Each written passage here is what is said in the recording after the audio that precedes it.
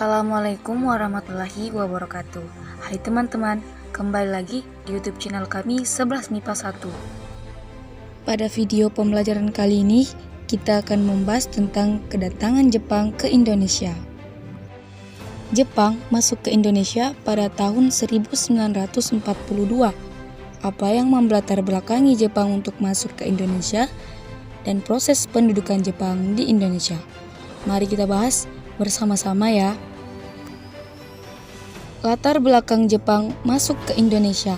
Yang pertama, karena adanya restorasi Meiji, yaitu serangkaian peristiwa yang berakhir pada pengambilan kekuasaan di Jepang kepada seorang kaisar.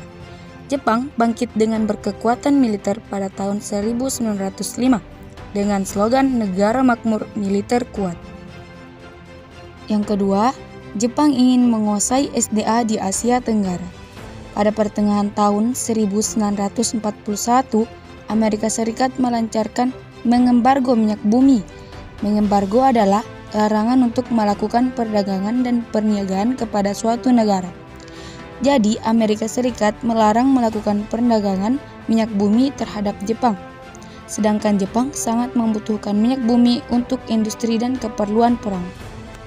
Dan pada tanggal 8 Desember 1941 pula, Jepang melancarkan serangan pengeboman Pearl Harbor untuk menyerang Angkatan Laut Amerika Serikat di Pasifik. Proses pendudukan Jepang di Indonesia. Setelah serangan pengeboman Pearl Harbor Desember 1941, Jepang mendarat di Indonesia Januari 1942. Jepang mendarat dan memasuki Indonesia melalui Ambon.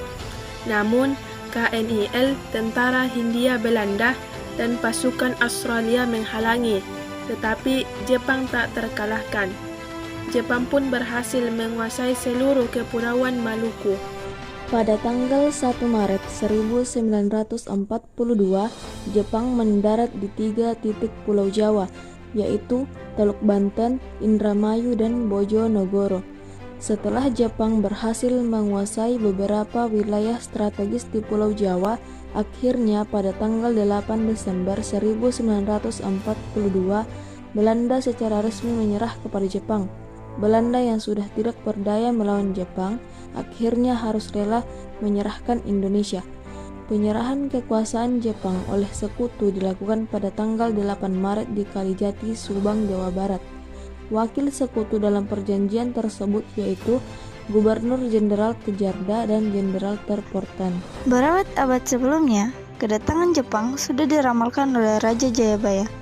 Ramalan inilah yang mendasari bahwa akan ada bangsa yang membebaskan mereka dari penindasan orang-orang kulit putih.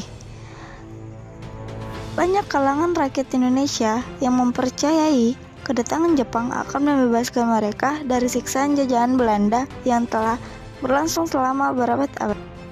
Sambutan rakyat Indonesia. Kedatangan Jepang di Indonesia pada awalnya disambut dengan senang hati oleh rakyat Indonesia. Jepang dieluk-elukan sebagai saudara tua. Di mana-mana terdengar ucapan banzai-banzai, selamat datang, selamat datang. Bahkan untuk meneguhkan propagandanya tentang Pan-Asia, Jepang berusaha membentuk perkumpulan yang diberi nama Gerakan 3A.